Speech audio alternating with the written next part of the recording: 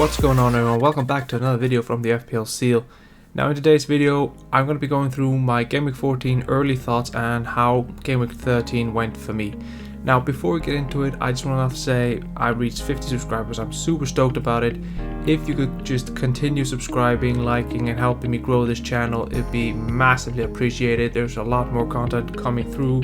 I'm just very grateful for what you guys have been bringing with your subs. So without further ado, let's get into the video. So as you can see on screen, Game Week 13, 58 points. We didn't take any hits. Nick Pope in goal, disappointing 2-pointer. Should that Tottenham goal have stood? I don't know.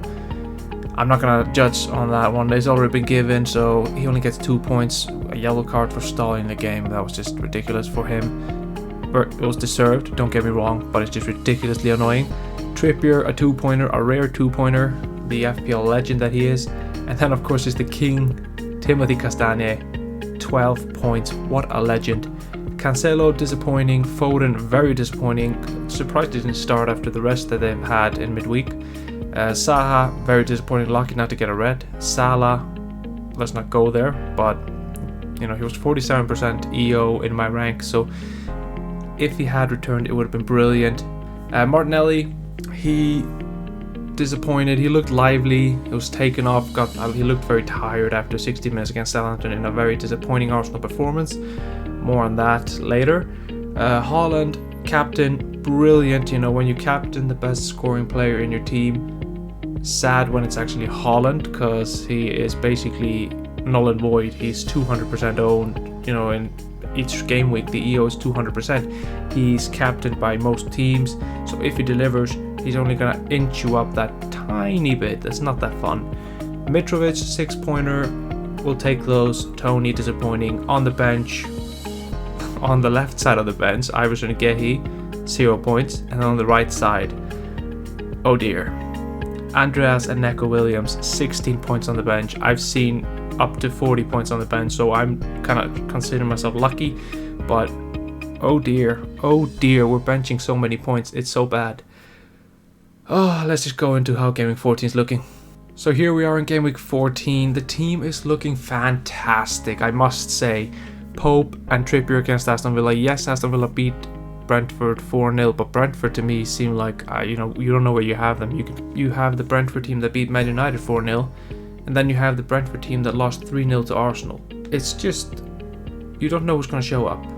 Now, Gehi against Southampton, surely he could get a clean sheet. Southampton didn't look too threatening in the Arsenal game, except for that big chance they got. I think they kind of overpowered Arsenal after 60 minutes. Maybe it's down to Arsenal players being tired from the fixture run, but I don't know. I don't want to blame it on that. It was just poor performance from Arsenal, but maybe something to watch. Maybe I need to transfer in a player that can play instead of Gehi. It's not going to be Neco Williams, it's not going to be Castagne, but I think, you know, we could just bet on him getting the clean sheet.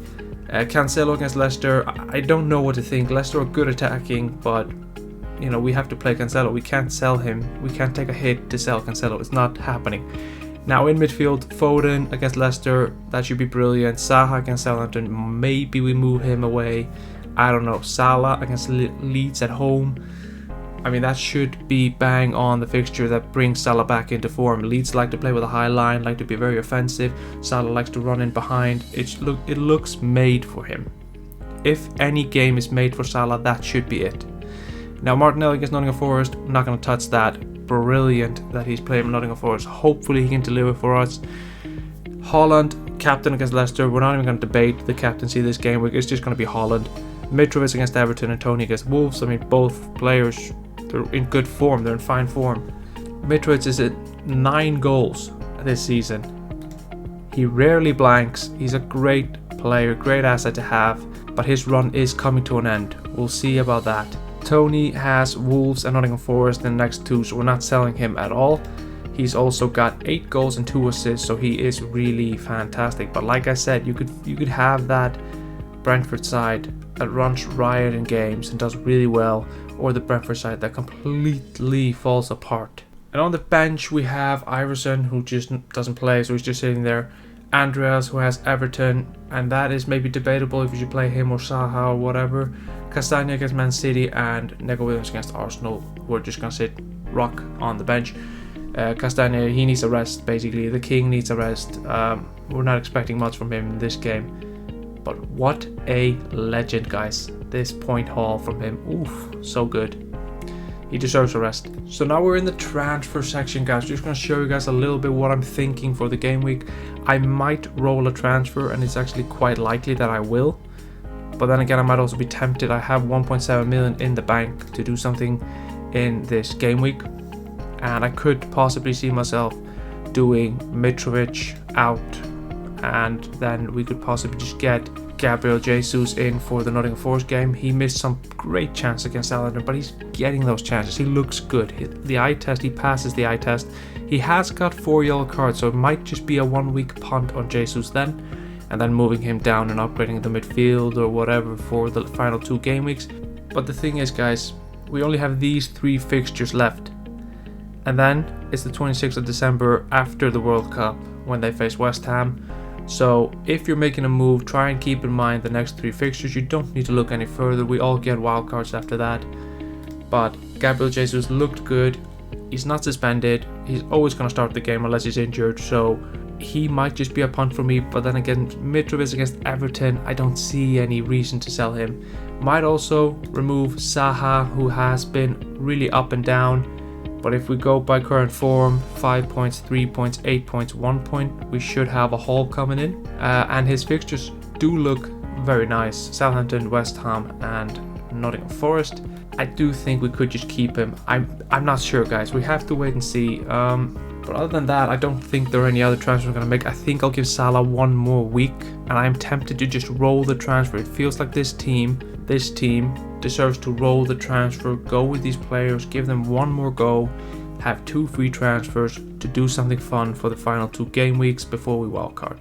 Play aggressive from there. But for now, sit back, relax, enjoy the team. It looks good. As you can see, it looks very good. The biggest weakness might be Gehi against Southampton. Not much we can do about that. We could play Castagna and hope he gets an assist, but it's Man City. I am not playing Castagna against Manchester City, although Leicester do have a decent record against them. But that's going to be it for the video, guys. I hope you enjoyed it, and I hope you guys consider liking and subscribing. I mean, over 80% of you who watch my videos are not subscribing to the channel. I hope you keep watching, but please consider subscribing and liking to help me grow the channel.